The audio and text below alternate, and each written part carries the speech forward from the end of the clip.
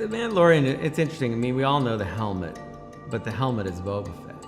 And that was a big challenge in the beginning of this. And John and I went round and round like, well, how do we tell the story? And it's not Boba Fett, or is it Boba Fett? You know, and we would talk about that. And, you know, but a helmet at the end of the day is a helmet. And I've shown that helmet quite a bit on Rebels and Clone Wars.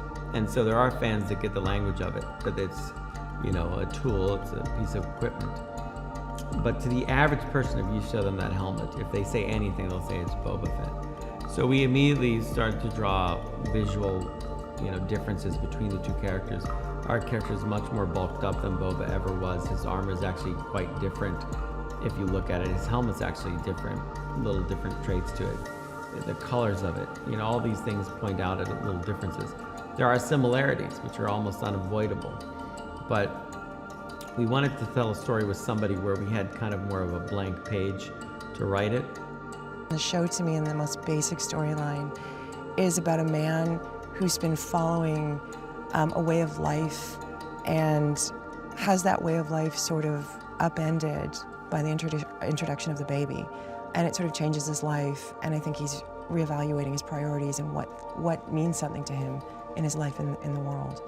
So I think it's really sort of about a man discovering something about himself that he had never known until he met the child.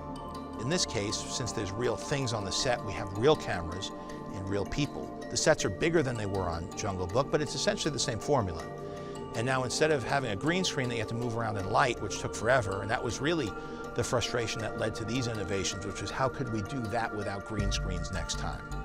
And so that led to you have a green stage, you have pre-lit green areas that you could expose, and then it turned into these video walls where you could have green just behind the actor, and then interactive light, which we used on Jungle Book also for shadows and things on the characters, which we were inspired by, like Gravity, where they had all those video panels. So it's like we took all the technology that I've been messing around with from all those other projects and applying it to a very specific application that would work for this.